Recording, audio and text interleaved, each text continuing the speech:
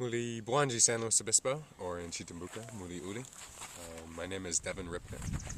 I'm a Peace Corps volunteer in Malawi currently. I'm from San Luis Obispo. I was raised there. I went to high school at San Luis Obispo High School. Played tennis there with Ken Pete. Had a really good time. So after finishing high school, I went to college. And after college, I decided it was time to join the United States Peace Corps. In that role, I was sent to Malawi and was provided a few months of training in language and culture. And then I was shipped north to Rumpi. It's the third most northern district in Malawi, and the language there is Chitumbuka. It's slightly different than the national language of Chichewa.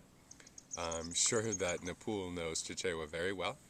I do not, but I do speak Chitumbuka very well. In my capacity in the village that I'm living in, which is Kempenda, I've done a variety of projects. Most of them deal with agriculture, but a variety of projects. I have written grants to USAID to buy treadle pumps for dry season farming. I have raised money to build a mushroom house so that people can farm mushrooms in the area. I've helped with beekeeping. I have worked with HIV/AIDS groups to try to promote high-protein foods such as soybeans, beans, and groundnuts, peanuts. And so, after having served almost 2 years there, I have currently been working on a project to build a primary school in the village of Kalakalaka. The Village Development Committee, the VDC, first approached me to help them build a primary school in the area in early 2009. I mulled the idea over for a while and then decided that it would be a very worthwhile thing to do. Kalakalaka is a village about 6 kilometers south of where I'm living in Kempenda. Right now there are about 1,000 families that live there, but it's growing very rapidly. The area around it is flat. The soil is very fertile, and it's perfect for farming maize and tobacco, which are the two biggest crops in Rumpi West, which is where I live. Because of that fact, many families are moving there. They're coming from southern and central Malawi, which has the highest population density, and moving into my area. Currently, there is not a primary school there. The two primary schools are, one is 6 kilometers to the north in Kempenda, and one is about 6.5 kilometers south in Lusani. Normally, this wouldn't be a problem, at least in the States.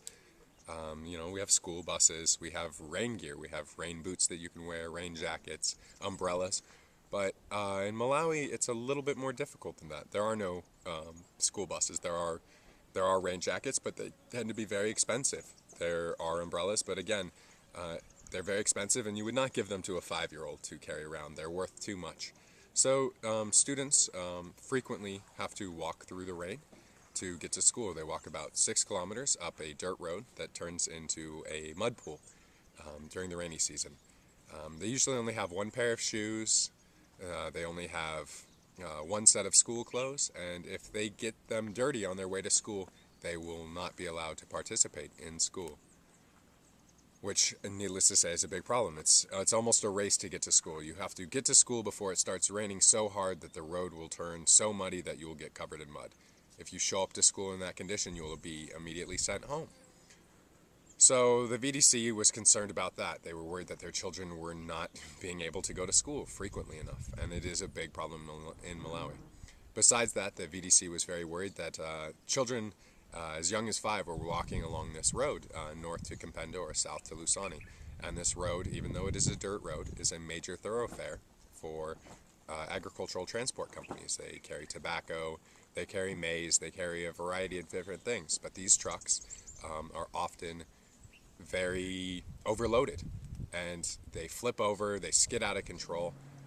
You often see them lying broken down by the side of the road, and they do hit children sometimes, and the village was tired of being worried about their kids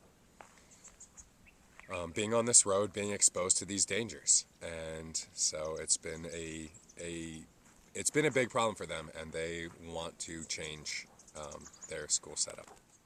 So as I was saying, the VDC was tired of exposing their children to the dangers of the road, and they were tired of having their children have to walk out into the rain. And another big problem is that it takes children about an hour and a half to walk that 6 kilometers. So it's an hour and a half in the morning. This is what we are concerned about. Yeah. Okay. So, needless to say, after experiences with children getting hit by cars and children just not being able to go to school because of the condition that they're in, the VDC really wants to have a school in their village. To that end, they've built about 100,000 bricks. They've started gathering sand. They'll be digging out the foundation. They'll be clearing the school grounds of trees. They'll be taking out the roots of the trees, burning them out of the ground so that they won't interfere with construction. They'll be taking out the anthills, the termite mounds. They'll be taking out everything.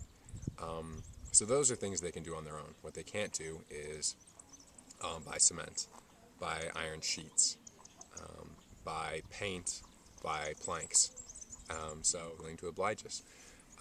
I've talked to Napul's father, Ramesh, in Lilongwe, and he's setting me up with the Mizuzu Rotary Club so that I can start working with them. And hopefully between the Mizuzu Rotary find some money to help get this project going.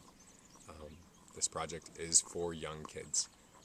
It's going to be a junior primary school, so that means it will be for children between the ages of 5 and 8 years old.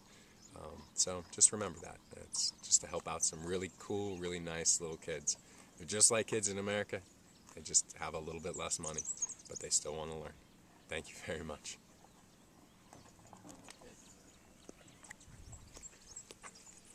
And that's why I keep looking up.